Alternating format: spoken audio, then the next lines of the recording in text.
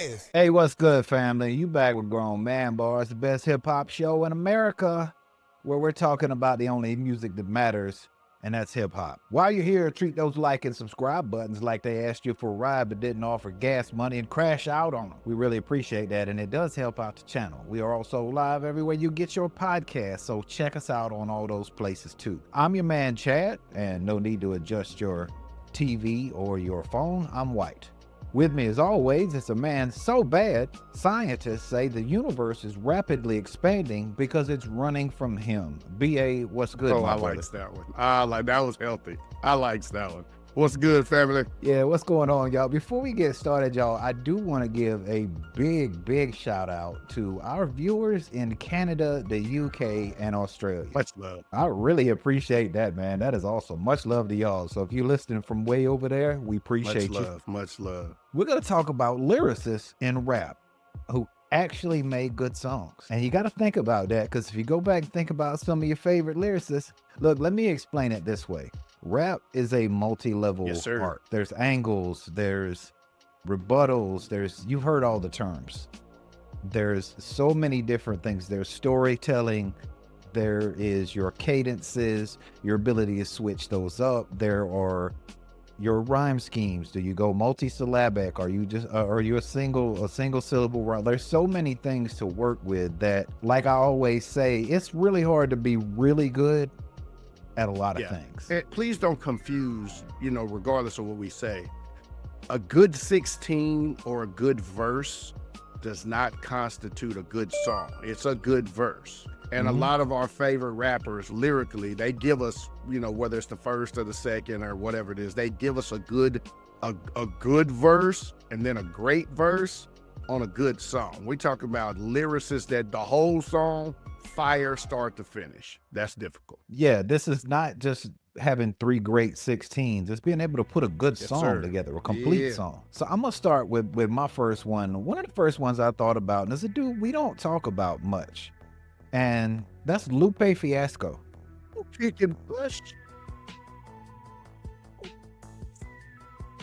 I don't have to explain Lupe's lyricism. I don't think anybody would disagree with me that Lupe is a lyricist.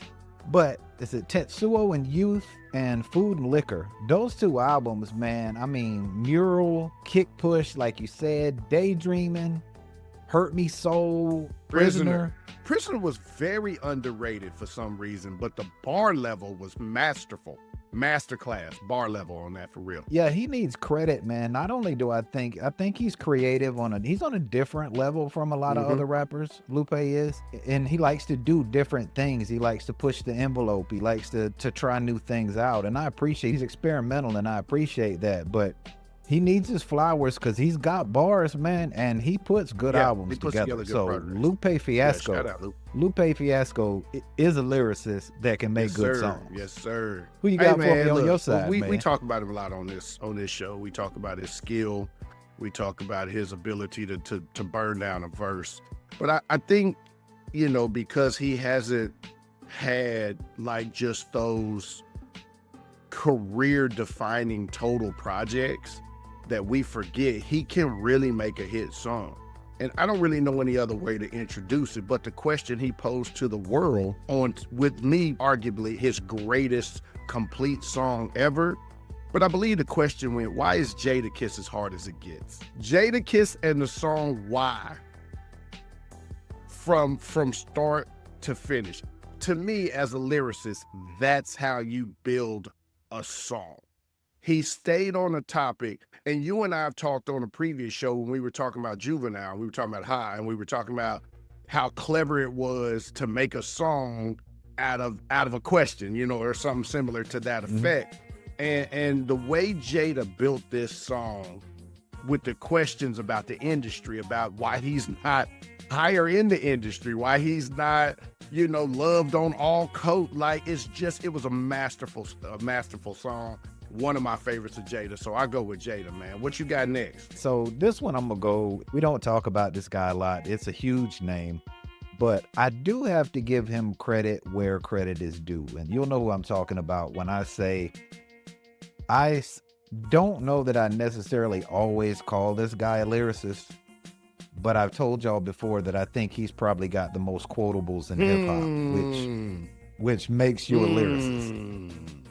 I gotta go with Jay, man. And Jay-Z has what he has on his albums as he got more maturity in his career is restraint. You know, sometimes you hear artists and they throw everything they've got at you on an album or on a song or in one verse. Like they just try to pack it with everything they've got.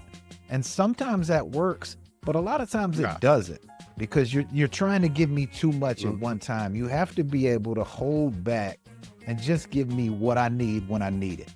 And that is a skill. That's one of those layers of being a lyricist that I talked about. And Jay has that. Now, I've always said he doesn't have like a 16, or it definitely doesn't have a song where he just had three verses where he just spazzed out and just went like, you know, he went Twister on you for 48 bars. He never did that.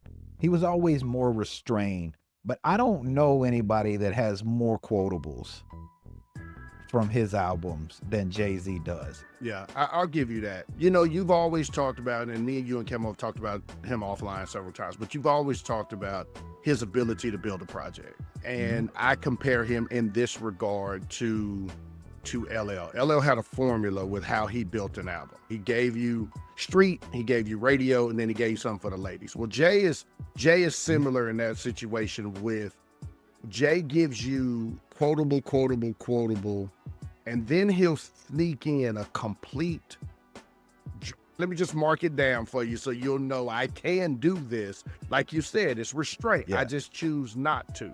And I think in My Lifetime Volume 1, it was the first thing I thought of. He did that masterfully. I know that's my word today for some reason, but he did that. I mean, just it almost seemed effortlessly, which is weird for somebody on their second album. You felt every bar, every word, and it was complete. It didn't drop you off anywhere. And I think that's on another level. It felt professional. Yeah, that's the word I'm looking for. It feels professional. Yeah, that's it. That's a good. That was what I thought when you were saying it feels professional. Yeah, for sure. So who you got? Who you got in your pocket over there? I'm gonna go out a little bit. I'm gonna go off script a little bit. This guy we've mentioned here and there. I just feel like he does not get the respect he should, and I think we mentioned that once on a show. A gentleman of my cloth, by the name of none other than Big Daddy Kane. Kane was a guy who also, like Jay, gave you a lot of quotables. But he gave you everything he got you with. He didn't beat you over the head with the bar. He let bars breathe. It's a song he had on the album. The album, I think, is called Prince of Darkness, and it didn't do major numbers. But it's a song called Float, and it had the float on. They used that sample, and he had a bar where he was like, I can rap fast or even rap slow.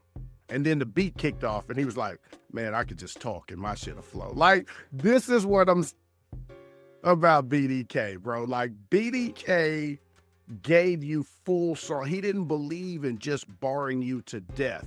He gave you full song, every song. And you know, back when you were giving people 4.5-minute tracks, that's bonkers to me.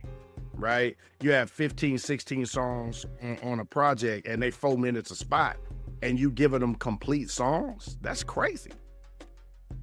So what about you? You got one more in the tank? You know I do.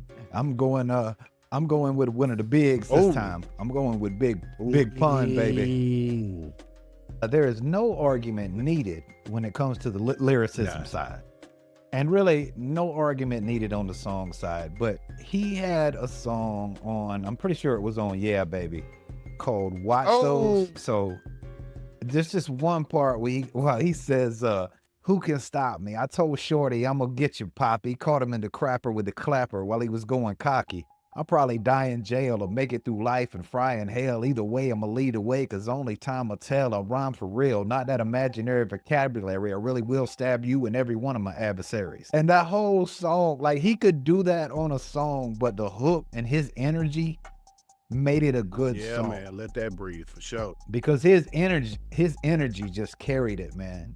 Pun could spit, and that energy made it a better song. Facts.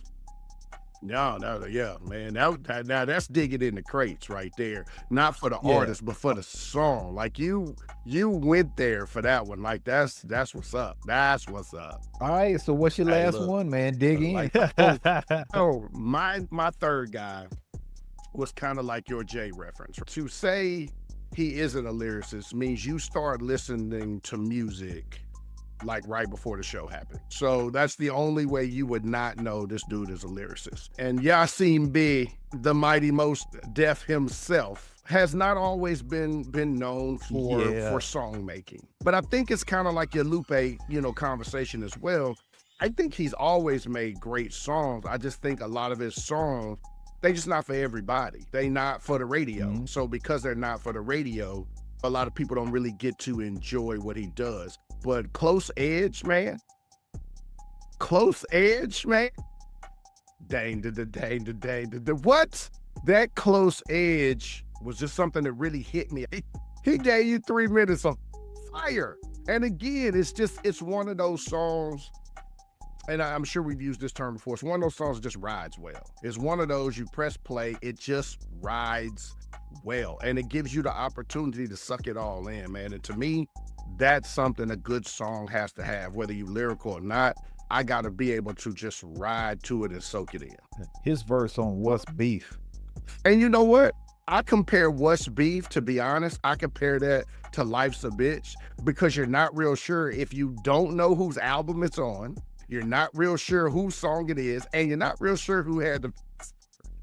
All right. So that's it, y'all. Let us know down in the comments who yours are. Who are your lyricists that you think make the best songs? Put them down in the comments.